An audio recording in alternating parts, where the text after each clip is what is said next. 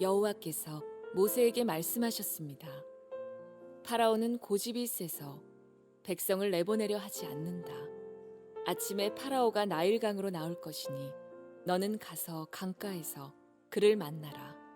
뱀으로 변했던 지팡이를 가지고 가거라. 그에게 이렇게 말하여라.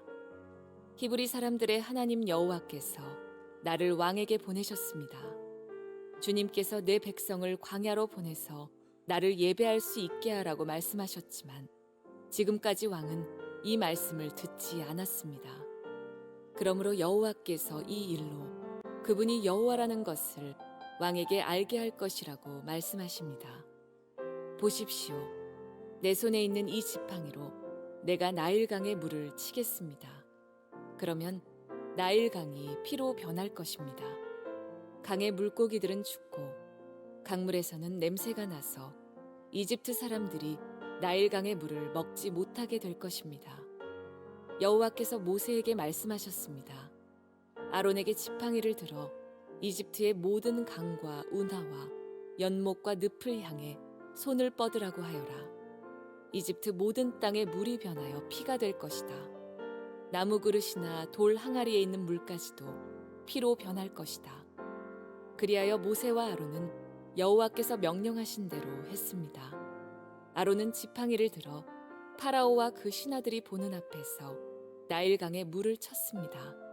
그러자 나일강의 물이 모두 피로 변했습니다. 나일강의 물고기들이 죽고 강에서 냄새가 나기 시작했습니다. 그래서 이집트 사람들은 그 물을 마실 수가 없었습니다. 이집트 모든 땅이 피로 가득 찼습니다. 이집트의 마술사들도 마술을 부려 똑같은 일을 했습니다.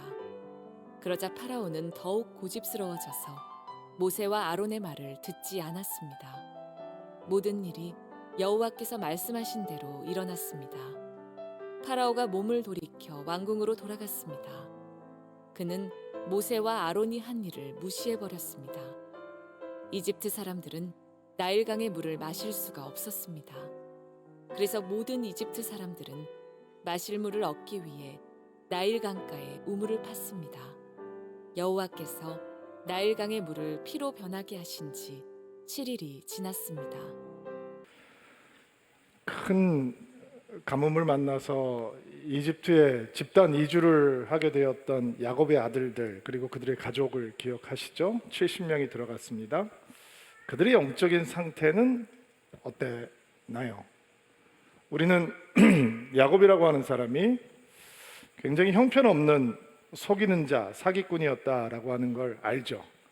그러나 그에게는 부인할 수 없는 특별한 하나님의 체험이 있는 사람이다라는 것도 우리는 압니다. 야복강가에서 하나님과 씨름을 하고 그가 하나님 앞에 무너지죠. 하나님 앞에 무너졌기 때문에 그는 속이고 사기치는 자가 아니라 하나님께서 다스리시고 통치하시는 이스라엘로 변화될 수 있었습니다. 우리는 야곱이라고 하는 사람이 자기 자신을 파라오에게 소개하면서 너무 늙어 보이니까 아마 파라오가 나이가 몇 살이냐 물어보잖아요.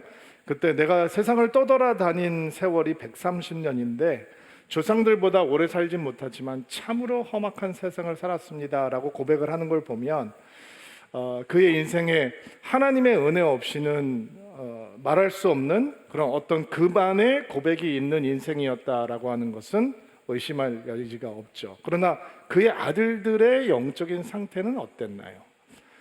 그 사람들의 이야기가 많이 등장을 하지 않지만 야곱의 아들들의 이야기를 보면 큰아들 르우벤이 아버지의 첩과 동침을 하죠. 말도 안 되는 행동을 한 거예요.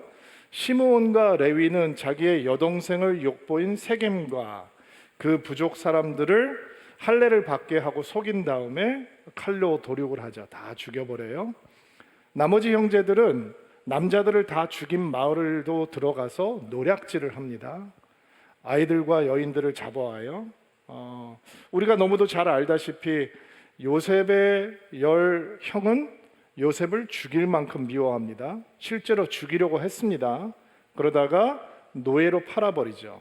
아버지에게 할 말이 없으니까 아버지가 지어서 동생에게 입혀주었던 색동옷에 짐승의 피를 묻혀서 마치 들짐승에게 해를 당한 것처럼 사기극을 꾸밉니다. 아버지도 속고 사기치는 사람이었는데 아들들도 만만치 않습니다. 이스라엘 백성들을 이스라엘의 아들들이 그리고 그 자손들이 이집트로 집단 이주를 하게 될 때 하나님께는 두 가지 큰 숙제가 생긴 겁니다. 첫째는 이 70명의 이스라엘 백성들을 거대한 민족이 되게 하셔야 되는 거죠. 왜냐하면 가나안 땅에 정착을 해서 국가가 되기 위해서는 사람들이 더 많아져야 되는 거니까. 그리고 하나님께서는 그 과제를 아주 잘 이행하셨습니다. 왜냐하면 출애굽했을 때 군대에 들어가서 싸울 수 있는 나이에 된 남자들의 숫자가 60만이었으니까 여자들과 아이까지 합치면 적어도 200~300만 명은 되는 거대한 민족이 만들어진 겁니다. 두 번째 하나님께서 해결해야 되는 숙제는 아브라함과 이삭과 야곱의 계보를 잇는 믿음의 계보를 잇는 믿음의 사람들로 그들을 만들어 놓으셔야 되는 거죠. 이거는 쉽지 않은 숙제였습니다. 창세기 기록을 보면 그들이 굉장한 믿음을 가지고 있었다라고 하는 그런 흔적이나 증거는 별로 등장하지 않습니다. 오히려 그들은 이미 그 땅의 이방 신들을 섬기는 문화를 답습하고 있었다라고 하는 증거는 곳곳에서 발견할 수 있습니다. 요셉이 죽어가면서 유언을 하는데 자기 형들에게 그 유언을 통해서 요셉도 그 형들에게 끝까지 하나님을 향한 믿음을 갖게 하기 위해서, 믿음을 굳게 하기 위해서 참 마지막 순간까지 애쓰는구나라고 하는 것을 볼 수 있는데, 요셉이 이렇게 유언을 남깁니다. 요셉이 그의 형제들에게 이르되 나는 죽을 것이나 하나님이 당신들을 돌보시고 당신들을 이 땅에서 인도하여 내사 아브라함과 이삭과 야곱에게 맹세하신 땅에 이르게 하시리라 하고, 요셉이 또 이스라엘 자손에게 맹세시켜 이르기를 하나님이 반드시 당신들을 돌보시리니 당신들은 여기서 내 해골을 메고 올라가겠다 하라 하였더라. 이렇게 유언을 하거든요. 그러니까 이스라엘 백성들에게, 자기의 형제들과 그 가족들에게 하나님의 약속의 땅이 있다는 사실, 하나님께서 당신들을 인도해 주실 거라는 사실, 내 해골까지 짊어지고 거기에 꼭 가야 된다라고 하는 하나님의 약속을 향한 소망을 확인시켜 주었다라고 하는 것을 우리가 볼 수 있죠. 그런데 세월이 흘러갑니다. 400년의 세월이 흘러가죠. 요셉을 알지 못하는 세대들이 일어나고 그들은 점차 하나님에 대해서, 아브라함과 이삭과 야곱과 요셉에 대해서, 믿음에 대해서 잊어가기 시작했을 겁니다. 그리고 그들의 운명이 바뀌죠. 자유롭게 살아가는 풍요로운 목동들이 아니라 강제 노역에 동원되는 노예로서 살아가야 되는 엄청난 고통이 시작됩니다. 그리고 그들에게는 믿음의 흔적을 잘 찾아볼 수가 없습니다. 하나님께서 모세를 이스라엘 백성들에게 보내면서 표적을, 네 말을 믿지 않으면 표적을 보여주라라고 했잖아요. 지팡이가 뱀이 되고 손을 집어넣으면 문둥병이 됐다, 낫기도 하고, 그리고 그것도 믿지 않으면 나일강가에 물을 가져다가 땅에다 뿌리면 피가 될 것이다 라고 하는 표적을 주시죠. 그리고 이스라엘 백성들이 그 표적을 보고 모세를 믿고 그들의 고통을 들으시는 하나님이 계심에 위로받고 하나님을 경배했다라고 하는 기록이 있습니다. 그런데 상황이 그들이 기대했던 대로 펼쳐지지 않습니다. 파라오가 완악하고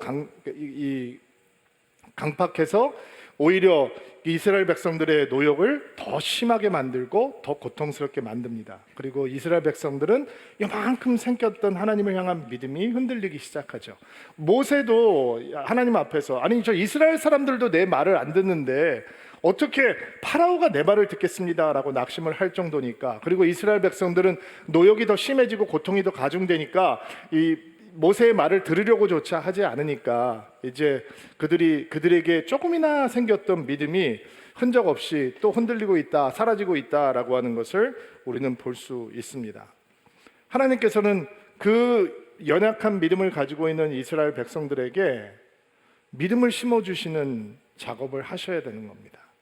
믿음이 이게 쉽게 생기는 게 아니거든요. 불신은 쉽게 생깁니다. 근데 믿음은 이거 진짜 은혜가 아니면 우리 안에 다져지지가 않거든요.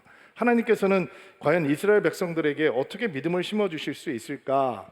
지금 출애굽해서 가는 여정이 쉬운 여정이 아니에요. 그렇게 수많은 사람들이 몰려가면 그 주변에 있는 부족들이 와서 공격을 하고 노예를 잡아가고 하는 일도 생길 수 있고, 광야를 거쳐가는 길이 쉽지 않은 길인데 그 길을 오직 누구를 신뢰하고 가야 되는 건 모세가 아니에요. 하나님을 신뢰하고 가야 되는 거거든요. 이 구원의 여정이라고 하는 게 하나님 신뢰 없이는 이루어질 수 없는 여정이에요. 그런데 그들에게 믿음이 있어야 신뢰를 하죠. 믿음이 있어야 하나님을 바라보죠. 하나님께서는 과연 이 믿음 없는 백성들에게 어떻게 하나님께서 가지신 능력을 믿게 하고 하나님의 인도하심을 믿게 하고 하나님의 은혜를 의지하게 할 수 있을까? 그런 의미에서 이집트에 임해왔던 10가지 재앙은 하나님의 특별한 목적을 이루는 사건이다라고 하는 것을 볼 수 있어요. 이 10가지 재앙이 단순 재해가 아니거든요. 이집트를 향해서는 하나님이 하나님 되심을 그대로 증명하는 전쟁과 같은 선전포고였고, 또 이스라엘을 향해서는 나에게로 오라라고 하는 신적인 호소이고 초청이기도 했습니다.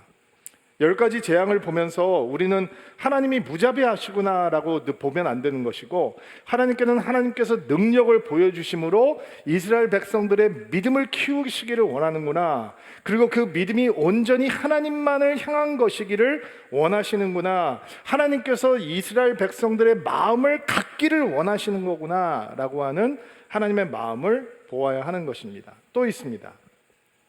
400년 동안 이집트에서 살아가면서 그들이 이집트의 영향을 받았을까요? 안 받았을까요? 이집트의 세계와 세계관과 사상과 사고와 그들의 종교와 그들의 문화와 이런 것들을 그대로 답습했겠죠. 이집트는 신이 많은 나라입니다. 파라오도 신입니다. 신의 아들입니다. 왜 파라오가 히브리 사람들의 하나님 여호와를 무시하고 조롱하느냐? 자기가 더 힘센 하나님 신이라고 믿고 있기 때문입니다. 그러면 이스라엘 백성들이 고센 땅에 살면서 여호와 하나님을 향한 믿음을 잘 간직하고 지키고 살아가고 있었는가? 그렇지 않았을 겁니다. 그들은 이집트의 영향력 속에 빠져서 이집트의 잡신을 섬기고 우상을 섬기는 신앙을 따라서 살아가고 있었을 겁니다. 여러분, 이집트의 우상을 보신 적이 있나요? 제가 보여드릴게요. 많이 보신 그림이죠? 눈을 돌리는 곳마다 그들에게는 이런 신들이 호령하는 시대에 살고 있는 겁니다. 하나님께서는 10가지 재앙 사건을 통해서 출애굽해서 약속의 땅으로 들어가기 전 이스라엘 백성들에게 한 가지 중요한 일을 하셔야 되는데, 그 일은 이집트 사람들이 남겨놓았던 이집트의 흔적, 이집트의 신들, 우상들이 남겨놓았던 이집트의 흔적을 이스라엘 백성들 사이에서 완전히 제하여 버리시기를 원하셨습니다. 오늘 우리가 주목해야 되는 내용이 바로 그 내용입니다.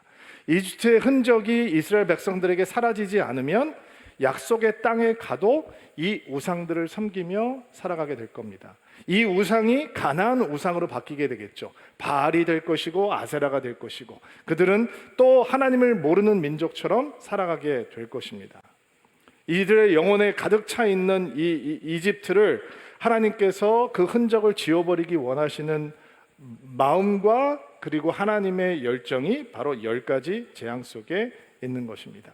이것이 왜 우리에게 중요한가? 여러분, 우리가 예수를 믿고 구원을 얻죠. 근데 이집트의 흔적이 우리 안에서 없어지지 않으면 이사갈 때 선 없는 날 이사가고 싶어 합니다. 우리가 이집트의 흔적이 우리 안에 여전히 남아있으면, 세상의 흔적이 여전히 남아있으면 예수를 믿지만 애들 결혼할 때 사주팔자 봅니다. 이집트의 흔적이 사라지지 않으면 아이를, 자기 자녀를 위해서 기도하면서 아이들 입시 본다 그러잖아요. 그럼 부적 침대 밑에다 갖다 집어넣어 놓습니다. 그런 사람들이 얼마나 많은지 몰라요. 그런 괴물 같은 신앙을, 삐뚤어진 신앙관을 가지고 있는 사람들이 있는 거예요. 예수를 믿지만, 하나님을 믿는다고 하지만, 하나님의 자녀가 됐지만, 구원을 경험했다라고 하지만 여전히 세상의 흔적을 품고 있기 때문에 하나님을 온전히 신뢰하지 못하고 세상의 방법대로 그대로 답습하면서 살아가는 사람들이 여전히 많다라는 거예요. 하나님께서 그것을 어떻게 지워버리시기를 원하느냐? 10가지 재앙을 통해서 이집트의 흔적을 지워내시기를 원하는 거예요. 사실은 오늘은 우리가 7장에서 첫 번째 재앙을 봤는데 10가지 재앙을 제가 한번 소개시켜 드리면, 오늘 우리가 보았던 본문에는 물이 나일강이 피로 변하는 재앙이었죠. 나일강은 이집트의 젖줄입니다. 생명줄이에요. 그런데 나일강을 다스리고 있는 수호신이 하피, 이시스, 크룸, 이런 기괴한 모양을 하고 있는 신들이 있단 말이에요. 두 번째는 개구리가 막 나타나는 재앙이었어요. 개구리도 다산, 풍요를 상징하는 신이었어요. 먼지를 갖다가 쫙 흙을 갖다가 집어 던지고서 날려보내니까 그것이 이들로 변했어요. 이를 잘 모르는 세대에 살고 계셔서 그게 얼마나 힘들고 고통스러운 건지 잘 모르시는데, 저도 잘 모릅니다. 그런데 이 땅의 흙을 이로 변화시키는 것은 이집트라고 하는 나라가 사막으로 둘러싸여 있잖아요. 사막으로 보호막이 되는 거거든요. 그러니까 그 사막의 신이 이집트의 수호의 신이 되는 거예요. 파리떼가 날아들어오기 시작합니다. 운명을 결정하는 운명의 신 우아키트가 바로 파리의 모양을 가지고 있는 신이었습니다. 짐승들이 악질로 죽어가기 시작합니다. 암소의 머리를 가지고 있는 여신 하토루, 풍요의 상징인 황소신인 아피스, 하나님의 재앙을 통해서 심판을 당하는 것이죠. 여러분, 왜 아론이 우리를 인도할 신을 만들라라고 했을 때 황소신을 만들어 놓는 게 이집트의 흔적이에요. 이집트의 잔재가 남아 있는 거예요. 여섯 번째는 종기가 나기 시작합니다. 그리고 마술사들이, 주술가들이 이 종기 때문에 고생을 해요. 그들은 치유자들이거든요. 그들이 섬기는 신은 치유의 신이에요. 근데 그 신이 아무 무용지물이다라고 하는 것을 하나님께서 보여주시는 거예요. 우박이 떨어지기 시작합니다. 그들이 믿고 있던 하늘의 여신 누트와 수학의 신 오시리스의 무력함을 하나님께서 보여주시는 거죠. 메뚜기 떼들이 날아들기 시작합니다. 농작물을 보호하고 풍요를 가져다 줄 수 있는 세라피스라고 하는 신의 심판을 당하는 것입니다. 어두움이 임하기 시작합니다. 최고의 신은 태양신이었습니다. 태양의 빛을 잃어버리고 지륵 같은 어둠이 담아왔을 때 태양의 신의 아들이라고 했던 파라오도 그것을 견뎌내지 못할 때 하나님께서는 하나님이 위대한 하나님이시다라고 하는 것을 증명해 내시는 것입니다. 출애굽기를 읽으면서 10가지 재앙을 볼 때 우리는 하나님께서 얼마나 이스라엘 백성들에게 믿음을 심어주기 원하시고 이스라엘 백성들에게 남아있는 이 우상의 잔재들이 얼마나 빨리 없어져야 되는 것인지 알려주시기를 원한다는 마음을 보아야 하는 것입니다. 여러분, 우리가 신앙을 갖고 이 세상을 살아갑니다. 우리는 세상 안에서 살고 있습니다. 그러면 흔적이 남겠죠. 세상의 구정물이 우리에게 튄단 말입니다. 그래서 믿음대로 살아가고 싶지만 우리가 세상의 문화를, 세상의 길을, 세상의 가치를, 세상의 세계관을, 세상의 철학과 사상을 그대로 따라가려고 하는 이 흔적이 우리 안에 남아 있다라는 것이죠. 그것을 벗어버리지 못하면 우리는 약속의 땅을 향해 가는 믿음의 사람의 발걸음을 걸어갈 수 없는 것입니다. 제가 한강에 나가서 운동하는 곳이 있는데 내려가면 이렇게 보기에도 좋게 수백 년은 돼 보이는 나무가 하나 있어요. 거기 무당들이 그렇게 모여요. 거기서 비나이다 굿도 하고 기도도 하고 그러는 것 같아요. 얼마나 무당들이 많은지 몰라요. 멀쩡해 보이는 젊은 사람들인데도 거기서 장구치고 뭐 이렇게 춤추면서 굿하는 사람들이 많이 있더라고요. 왜 나무에 가서 그렇게 할까? 옛날에 우리 조상들은 뭐 바위도 섬기고 나무도 섬기고 성황당도 가고 뭐 그랬잖아요.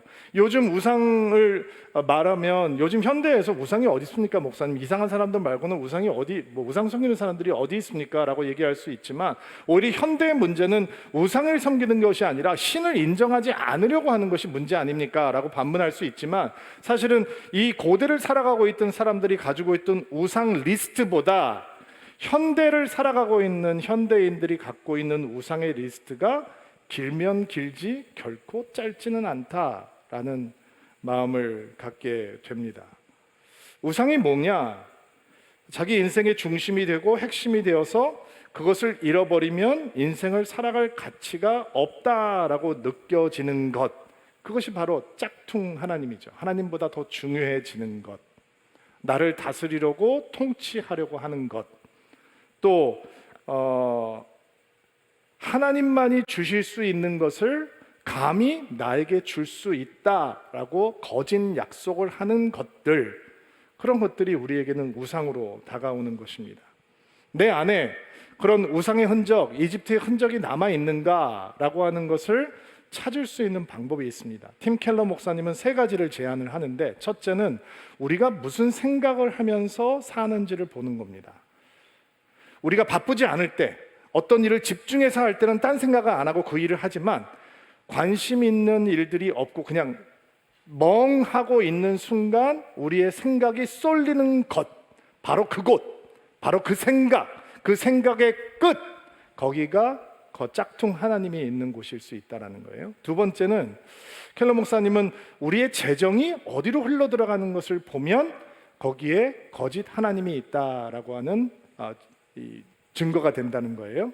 예수님께서도 말씀하시죠. 내 보물이 있는 곳에 내 마음이 있다라고 말씀하셨어요. 그러니까 우리가 돈을 어디다 쓰고 있는 것을 보면 우리의 소비 패턴이 우리가 섬기는 거짓 신의 모습이 바로 거기에 있다라는 거예요. 세 번째는 우리의 간절한 기도가 응답되지 않았을 때 어떻게 반응하는 것을 보면 우리의 거짓 하나님이 무엇인지를 찾을 수 있다는 거예요. 예를 들면 내가 어떤 일을 위해서 간절히 기도했는데 응답이 안 됐어요. 그러면 당연한 신앙의 선택은 어떤 선택이 되냐면, 그러면 하나님께서 뭐 다른 것을 준비해 주시겠지, 하나님께서 우리를 다른 방향으로 인도하시겠지, 기대된다. 근데 응답받지 않았을 때 너무 분노하고 막 삶이 다 무너진 것처럼 막 슬퍼하고 좌절하고 낙심하고 사람이 무너져 버리는 경우가 있잖아요. 그 이유는 바로 그 원했던 그것이 우리를 다스리고 있는 거짓 신이었기 때문이다, 거짓 우상이었기 때문이다 라고 얘기한다는 거예요. 그러면 어떻게 우리 안에 남아있는 이집트의 흔적을 지워버릴 수 있을까? 어떻게 믿음을 갖고 우리 안에 마지막까지 뿌리를 내리고 버티려고 하는 세상의 흔적을, 불신앙의 흔적을 지워버릴 수 있을까? 오늘 2가지 생각을 묵상하면서 이야기를 나눠볼게요. 먼저 골로새서 한 곳 찾아볼게요. 골로새서 3장 2절로 5절 말씀인데 같이 한 목소리로 읽겠습니다. 시작. 위의 것을 생각하고 땅의 것을 생각하지 말라. 이는 너희가 죽었고 너희 생명이 그리스도와 함께 하나님 안에 감추어졌습니다. 우리 생명이신 그리스도께서 나타나실 그때에 너희도 그와 함께 영광 중에 나타나리라. 그러므로 땅에 있는 지체를 죽이라. 곧 음란과 부정과 사욕과 악한 정욕과 탐심이니 탐심은 우상 숭배니라. 자, 우리 안에 남아있는 이집트의 흔적, 세상의 흔적을 지워버리기 위해서 우리는 과하게 원하는 마음, 탐심을 경계해야 합니다. 과하게 원하는 마음. 사도 바울이 말하고 있는 탐심, 도를 넘어 원하는 마음, 곱비 풀리고 제어되지 않는 욕심, 그 탐심이 바로 우상 숭배로 거짓 신들에게 무릎을 꿇게 한다라고 말씀을 하고 있는 거죠. 왜 우리가 과하게 원하게 되는가? 왜 우리의 욕심의 컨트롤을 잃어버리게 되는가? 사도 바울은 땅의 것을 생각하기 때문이다라고 얘기합니다. 땅의 것들을 생각하고 있기 때문에, 우리의 생각을 땅의 것들로 채우고 있기 때문에 우리의 욕심의 컨트롤을 잃어버리게 된다는 거예요. 과하게 원하는 마음이 우상 숭배로 이어진다라는 겁니다. 하늘의 것을 생각하고 있으면, 위의 것을 생각하고 있으면 위의 것을 원하게 되겠지만, 땅의 것을 생각하고 땅의 것을 생각하면 생각할수록 우리의 마음은 땅의 것들을 원하는 마음으로 가득 채워질 수밖에 없다라고 하는 것이죠. 하나님께서 에스겔 선지자에게 이스라엘 백성들에게 영적인 문제가 있다라고 말씀하시면, 어떻게 그들의 영적인 문제를 진단하시냐면, 그들이 자기 우상을 마음에 들였다 이렇게 표현을 하십니다. 우상을 마음으로 들인 겁니다. 우상이 삐짓고 들어온 것이 아니라 그들이 우상을 마음으로 품었다라는 것입니다. 땅의 생각으로 가득한 마음은 결국 우상으로 가득 채워질 수밖에 없다라는 거예요. 여러분, 우리의 마음이 하나님을 향한 사랑으로도 가득해질 수 있지만 우상을 만들어내는 공장이 될 수 있다라고 하는 것도 우리는 기억해야 하는 것입니다. 예수님께서 금식하시고 사단에게 시험을 받을 때 사단이 예수님 앞에 세상 부귀영화를 단번에 보여주고 뭐라고 유혹을 하냐면 한 번만 절하면 이거 다 너에게 주겠다라고 말씀하십니다. 그 유혹은 여전히 사단의 화살입니다. 이거 너 가질 수 있어. 너 가지면 행복하게 될 거야. 그게 우상이잖아요. 너 이거 네 거 되면 너 그때 진짜 행복하다. 너 지금 행복하지 않은 이유는 그거를 안 했기 때문이야. 이걸 안 가졌기 때문이야. 그곳에 못 가봤기 때문이야. 이게 너의 것이 되면 네가 학교에 들어가고 네가 이 직장을 얻게 되고 네가 저 사람을 만나서 결혼을 하게 되고 네가 이 정도 돈을 갖게 되고 네가 이렇게 건강하게 되고 네가 이런 집에 살게 되고 네가 이런 것들을 하게 되면 그때는 정말로 너희가 행복하게 될 거야 라고 하는 유혹이 여전히 현대인들에게 다가오는 유혹입니다. 근데 어때요? 해보니까 어때요? 그거 가지면 만족이 있던가요? 이게 전부 다 거짓 신들에게 무릎을 꿇고 있는 삶인 거죠. 우리가 땅의 것들을 생각하면 생각할수록 제어되지 않는 욕심의 노예가 될 수밖에 없다라는 거예요. 그러면 우리가 이 과하게 원하는 마음을 경계하기 위해서 할 수 있는 것은 무엇이냐? 여러분, 우리의 과하게 원하는 마음이 그 마음의 횡포가 무너지는 자리가 어딘지 아세요? 그게 기도 속에서 무너지는 거예요. 기도 속에서 우리는 부끄러움을 만납니다. 여러분, 기도가 깊어지잖아요. 그러면 하지 말아야 될 기도들이 느껴집니다. 제가 지난주에 어떤 목사님 한 분 만나서 이렇게 제가 교제를 하다가 교회를 건축하는 그런 교회였어요. 그래서 막 얘기를 듣는데 막 마음이 너무 부럽더라고요. 제가 마음이 너무 부럽고, 그리고 저한테는 이러는 거예요. 목사님 교회는 소문을 듣자 하니까 교회 건물을 갖지 않는 게 목표라면서요. 그래서 아니 그게 목표인 교회가 어디 있어요? 내가 아니 누가 그렇게 쓸데없는 말을 해요? 교회 있는 게 목표지 무슨 없는 게 목표예요? 이렇게 제가 웃으면서 우리도 교회 갖고 싶죠. 갖고 싶은데 교회 있었으면 좋겠어요. 근데 돈이 없으니까 교회 건물 없이 목회를 해보겠다라고 애쓰고 있는 거지. 아니 목사님 교회 진다고 무슨 말을 그렇게 하세요? 얘기를 하는데 이제 얘기를 듣는데 빚 없이 교회를 짓는다는 거예요. 너무 내가 부러워가지고, 그리고 막 이렇게 돈이 액수가 나오는데 이게 목사들의 자랑질이잖아요. 그러니까 얘기를 듣는데 내가 막 마음속에서 막 질투, 시기 막 이런 것들이 들어오는 거예요. 그러고서는 우리도 교회, 저 교회도 교회, 저 사람도 목사, 나도 목사. 근데 저 교회는 왜 저런데 왜 우리 교회는 막 이런 생각이 들어오는 거예요. 눈을 뜨고 있으니까 그런 생각이 들어오는 거예요. 근데 눈을 감으면, 기도하면 그런 마음이 들어올까요, 안 들어올까요? 내가 기도하러 들어가서 하나님께, 하나님 나도 목사고 우리도 교회인데 왜 저 교회는 저렇게 돈이 막 먹고 저 건물 짓는다고 그러는데 왜 차별합니까? 왜 편애합니까? 이럴 거면 왜 나 부르셨어요? 이런 기도가 나오겠어요, 안 나오겠어요? 이 말짱한 정신을 어떻게 이렇게 기도하겠어요? 여러분, 어쩔 때는 우리가 굉장히 이기적인 기도를 하거든요. 욕심으로 과한 기도를 한단 말이에요. 욕심으로 탐심으로 가득한 기도를 한단 말이에요. 그런데 눈을 뜨고 있으면, 기도하지 않으면 하나님이 나는 덜 살아가는 것 같고, 남의 새끼들은 저렇게 잘 되는데 우리 집 새끼는 별로인 것 같고, 남의 남편은 너무 근사해 보이는데 우리 집 왼수는 왜 이 모양인지 생각이 들고 이렇단 말이에요. 근데 기도하러 들어가면 기도 속에서는 그 생각의 횡포가 무너져 버린다고요. 기도 속에서 우리는 영적인 부끄러움을 느낀다고요. 그거는 기도하면 안 되는 거구나. 기도 안 해도 되는 거구나. 기도할 필요가 없는 거구나. 내가 구해야 되는 것이 정말 따로 있는 거구나. 여러분, 과하게 원하는 마음을 만족시켜줄 축복은 어느 세상에도 존재하지 않아요. 그러면 과하게 원하는 마음이 기도 안에서 무너지려면 우리의 원하는 바가 달라져야 되는 거죠. 우리 원하는 바가 예수님이 돼야 되는 거예요.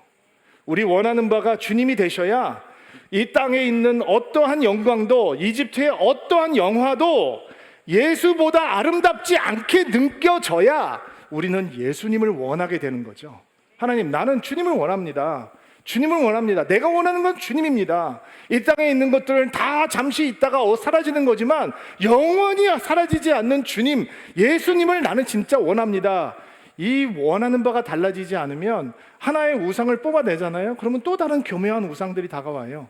또 하나가 사라지기 시작하면 또 변신해서 다가오기 시작하는 거예요. 그래서 이 쳇바퀴처럼 이 우상을 섬기다 저 우상을 섬기다 인생의 시즌마다 우리가 추구하는 것이 다 달라지게 되어 있는 거예요. 그러나 기도하는 거는 하나님과의 만남 속에서 우리의 원하는 바가 땅에 있는 것이 아니라 예수 그리스도가 될 때 우리는 우리 안에 남아있는 이집트의 흔적을 몰아낼 수 있는 거예요.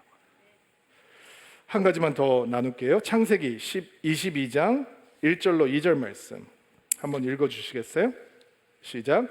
그 일 후에 하나님이 아브라함을 시험하시려고 그를 부르시되 아브라함아 하시니 그가 이르되 내가 여기 있나이다.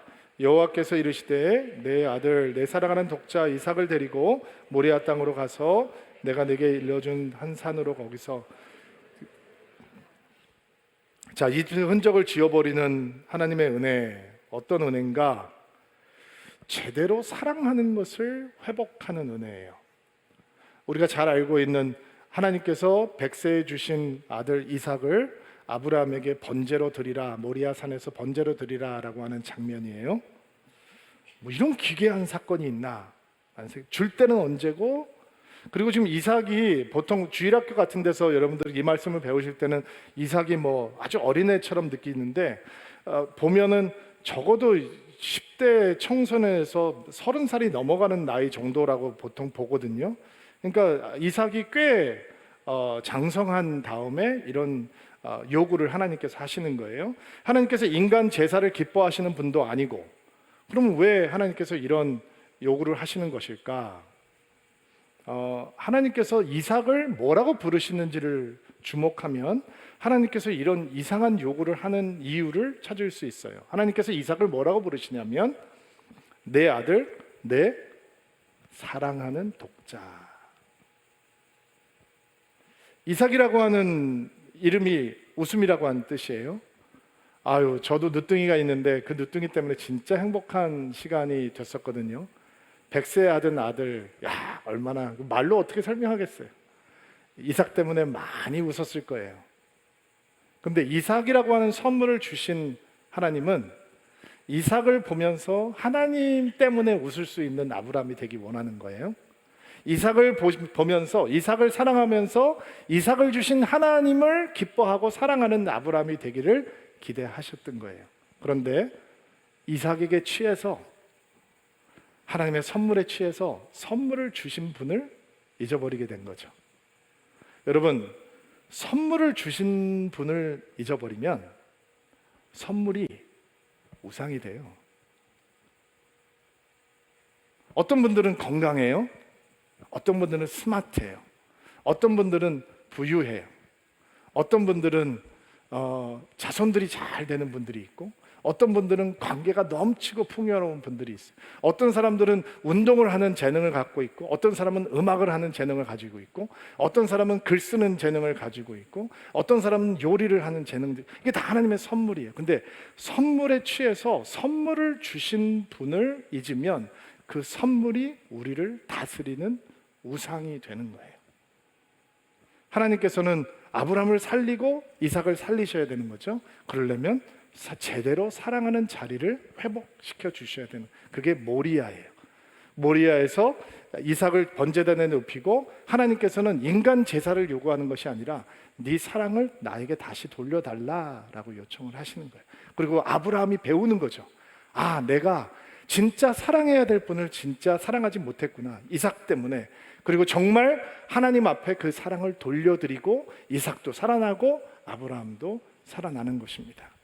여러분, 우리가 가장 사랑하는 대상이 하나님이 되시지 않으면 그 사랑하는 대상들을 우리를 집어삼켜 버립니다. 우리를 파괴한단 말이에요. 2005년도에 캐년 대학이라고 하는 곳에서 졸업식을 하는데 졸업 연설을 데이빗 포스터 월리스라고 하는 포스트 모던 작가가 연설을 하게 되는데 크리스찬이 아니에요. 그런데 그가 이런 이야기를 해요. 우리 중에 예배하지 않는 사람은 없습니다. 사랑하지 않는 사람은 없습니다로 바꿔도 같은 맥락이에요. 모든 사람들은 어떤 것을 예배하고 사랑합니다. 우리는 그 사실을 바꿀 수는 없고, 다만 우리가 예배하는 대상 그리고 사랑하는 대상을 선택할 수 있을 뿐입니다. 흥미롭게도 그 우리가 사랑하고 예배하는 대상이 신적인 존재가 아닐 때 그 사랑하는 것들은 우리를 산채로 집어삼키게 될 것입니다. 이렇게 얘기를 해요. 그리고 이런 얘기를 합니다. 만약에 어떤 사람들이 여러분이 돈이나 어떤 것을 숭배하고 사랑하면 거기에서 삶의 의미를 얻으려고 한다면 여러분은 절대로 풍족하다라고 못 느끼게 될 겁니다. 절대로 충분히 가졌다라고 하는 느낌도 가질 수 없을 겁니다. 여러분의 자신의 외모나 성적인 매력을 사랑하고 숭배하는 사람이 된다면 여러분은 자기 자신이 추하다고 느낄 것이며, 시간이 들어가고 나이가 들어가는 게 보이기 시작하면 땅에 묻히기도 전에 이미 100만 번의 죽음을 스스로 경험하게 될 것입니다. 권력을 사랑하고 숭배한다면 당신은 언제나 약한 존재라고 느끼게 될 것입니다. 그리고 자기 자신의 두려움에 무감각해지기 위해서 더 많은 권력과 더 많은 힘을 가져야 된다라고 자기를 착각하게 될 것입니다. 만약에 당신이 지성과 남들의 눈에 똑똑하게 보이는 것을 숭배하고 사랑한다면 자신이 항상 멍청이고 엉터리다라고 느끼게 될 것이고, 그것을 다른 사람이 알게 될까 봐 늘 불안한 삶을 살게 될 것입니다. 이런 얘기를 하면서 이런 것이 인간의 초기화라는 거예요. 세팅, 디폴트 세팅이라는, 이렇게 만들어졌다라는 거예요. 그래서 모든 사람들은 그냥 놔두면 이런 삐뚤어진 숭배와 사랑 속에 빠져들 수밖에 없다라는. 그러니까 사람들이 자기가 원하는 것, 자기의 이상, 자기의 목표, 자기의 열정이 추구하고 있는 것들을 따라가다가 그것이 자기를 집어삼켜도 그것을 감당할 수가 없다라는 거예요. 제가 야구를 좋아하는 건 아시죠? 미국에서 홈런을 제일 많이 친 선수의 이름은 베리 번즈라고 하는 선수예요. 샌프란시스코 자이언트에서 은퇴한 아주 슈퍼스타죠. 행크 아론의 기록 762개의 홈런을 쳐서 그 기록을 깼어요. 근데 명예의 전당에 오르지 못했어요. 이 MVP를 7번이나 수상한 사람인데, 그가 가장 홈런을 많이 친 선수인데도 불구하고 왜 10년 동안 매번 명예의 전당에 들어가지 못하고 고배를 마시는가? 그가 그 선수 생활을 하는 동안에 어느 순간부터 불법 약물을 복용했다라고 하는, 뭐 근육 키우고 막 이런 거 있잖아요. 그런 약물을 복용했다는 의혹이 있기 때문이에요. 그런데 그런 약물을 복용하기 전부터 그는 이미 메이저리그 최고의 스타였단 말이에요. 최고의 강타자였단 말이에요. 명예의 전당은 따놓은 당사자였다고요. 근데 왜 그렇게 불법 약물까지 복용하면서 위험을 감수하고 어리석은 일을 하게 되는가? 그에게 아버지도 올스타 출신 야구 선수예요. 가족 가운데 레지 잭슨이라고 하는 전설적인 야구 선수도 있어요. 야구하는 가족이에요, 이 사람들이. 그런데 이미 훌륭한 선수인데도 불구하고 그가 그렇게 사랑했던 야구, 그가 꿈꾸었던 커리어, 그리고 그가 깨고 싶었던 그 홈런 기록, 그게 그 사랑의 대상으로 돼버리자 그 사랑의 대상이 그를 집어삼켜 버려요. 자기 인생을 파괴해도 멈출 수가 없는 거예요. 어떻게 하면 사랑을 빼앗기지 않을 수 있을까요? 어떻게 사랑해야 할 분을 제대로 사랑할 수 있을까요? 예수님께서 제자들에게 이런 말씀을 주시죠. 누구든지 내게로 오면서 자신의 아버지, 어머니, 아내, 자녀, 형제 혹은 자매를 미워하지 않으면, 그리고 나아가 자신의 목숨까지도 미워하지 않으면 내 제자가 될 수 없다. 이게 무슨 또 이상한 말인가? 예수님께서 가족을 미워하라고 가르치시는 게 아니잖아요. 사랑의 우선순위가 있다는 거잖아요. 하나님을 먼저 사랑하지 않으면 그 나머지 사랑들은 다 파괴가 돼버린다는 거예요. 하나님을 사랑하는 것으로부터 출발해야 진짜 사랑할 수 있다라는 거죠. 사랑을 지키는 것이, 먼저 사랑해야 할 분을 제대로 사랑하는 것이 이집트의 흔적, 우상의 흔적을 우리의 삶 속에서 몰아내는 거예요. 목사님 그렇게 하고 싶은데 어떻게 하면 되나요? 진짜 심플한 지혜를 알려드릴게요. 하루를 살아가시면서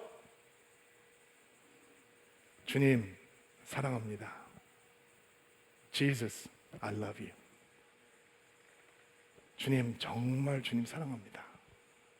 주님 사랑합니다. 예수님, 주님 나의 전부입니다. 제가 아직 신앙이 부족하지만 주님을 향한 내 사랑은 진짜입니다. 그냥 기회가 있을 때마다 중얼중얼 거리면서 Jesus, I love you. 주님 정말 사랑합니다. 여기 자꾸 유혹이 다가와서 막 힘들어 하시는 분들이 있죠. 대적 기도를 못 하실 거면 이 기도 하세요. 주님 사랑합니다. 또 못된 죄악 속에 빠지고 싶어요? 주님 사랑합니다.